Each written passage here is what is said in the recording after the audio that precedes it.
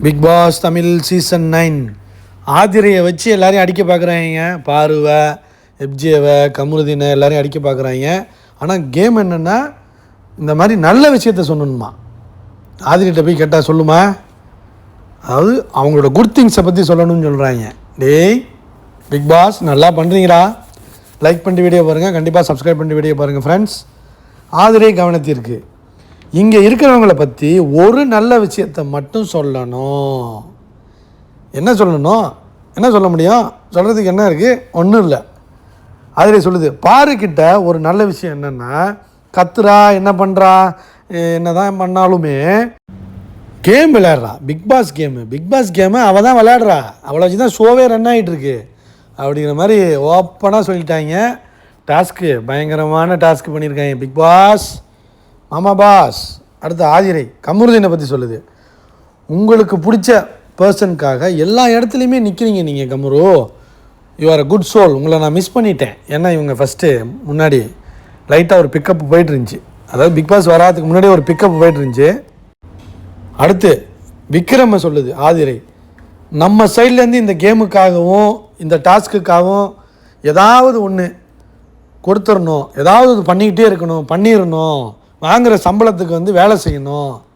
கொய்யால் 5 ரூபா கொடுத்தா 5000 ரூபாய்க்கு கூகுறாங்கன்னு சொல்லணும் என்ன அப்படிங்கிற மாதிரி விக்ரம் சொன்னிச்சு.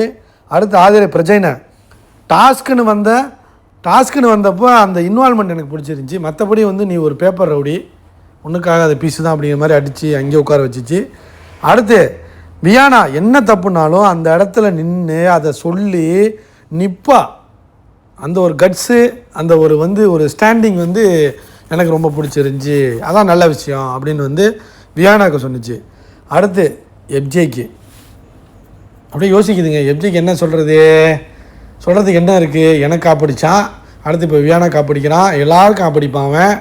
அவன் குரங்கு பொம்மை மாதிரி தாவிக்கிட்டு இருப்பான். எப்ஜே பாட்டு மட்டும் பாடுவான். அதை தவிர்த்து என்ன இருக்குது? ஒன்றும் இல்லை. அந்த பேப்பரை தூக்கி கீழே போட்டுருங்க அப்படிங்கிற மாதிரி யோசிச்சுக்கிட்டு இருக்கு. அசிங்கப்படுத்திருச்சு எப்ஜேவை. எனக்கு தெரிஞ்சு எப்ஜே கேமை காலி பண்ணுறதுக்காக வந்திருக்குது.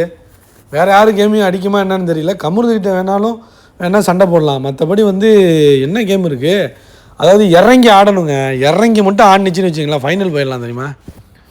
ஸோ அந்தளவுக்கு அறிவு இருக்குமான்னு தெரியல. இறங்கி அடிக்கணும், போட்டு யோசிக்கலாம் கூடாது, வச்சு தாறுமாறாக வச்சு கிழிக்கணும். நல்ல சான்ஸ் கிடச்சிருக்கு ரீஎன்ட்ரியில், வச்சு செய்வோம் அப்படின்னு ஒரு முடிவு பண்ணி அடிக்கணுங்க. அந்தளவுக்கு ஆடுமான்னு தெரியல. ஆனால் இவன் அப்சர்வ் பண்ணுறாங்க விக்ரமே, அது மட்டும் நல்லா தெரியுது. லைக் பண்ணிட்டு வீடியோ பாருங்கள், கண்டிப்பாக சப்ஸ்கிரைப் பண்ணுங்கள், கமெண்ட் பண்ணுங்கள் ஃபஸ்ட்டு.